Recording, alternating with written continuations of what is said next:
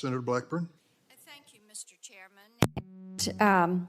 Mr. Abadi, I want to come to you because Tennesseans are incredibly concerned about the politicization of the FBI. And they have watched the FBI target parents, people of faith, people with conservative values. And I am often asked, what group is going to be next? And how did we get to this point? Because they have watched the FBI, under your leadership, draw their guns on a pro-life advocate. That was stunning to them. That was done in front of his wife and children. They have labeled parents interested in education as domestic terrorists.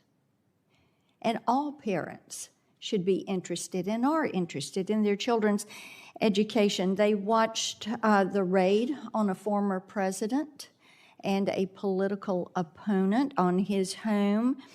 And these have confirmed their worst fears, that there are indeed two tiers of justice, and that there is a political cabal within the FBI that sees it that way. Because when Hillary Clinton mishandled information and she wiped her email server with a tool called BleachBit and then beat the mobile devices with a hammer and destroyed those SIM cards, you all basically said there's nothing to see here.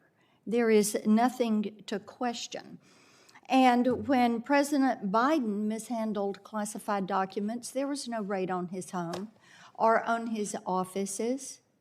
But you see how President Trump has been handled with this. So it looks like the old playbook of distract and deflect. And the American people have a right to be concerned about this. Now I want to talk about Senator Grassley's information from yesterday, because when the FBI produced the document that you referred to earlier relating to the Biden bribery allegations, and you gave that to House Oversight, you all redacted any reference to the fact that the foreign national who allegedly bribed Joe and Hunter Biden had those 17 audio voice recordings. So first of all, why did you redact that part of the information? Senator, first, as I said before, your assertion, or anyone who makes the assertion that the FBI is politicized, I reject it wholeheartedly. It's wrong. And it is not true. The work we do, okay, and the Mr. people I Abadi, see in then the let me FBI. ask you this. You said in your response to Senator Cruz that you and the FBI do your job to the best of your ability. So why don't you tell me what your job is? Is it to defend and shield Joe Biden, or is your job to protect this country and the Constitution of the United States? Which is it? The job of the FBI is to protect the country, keep people safe, and uphold the Constitution of our great country. So Period. That's what we work to do every day. Objectively, there are not two standards of justice. There is only one.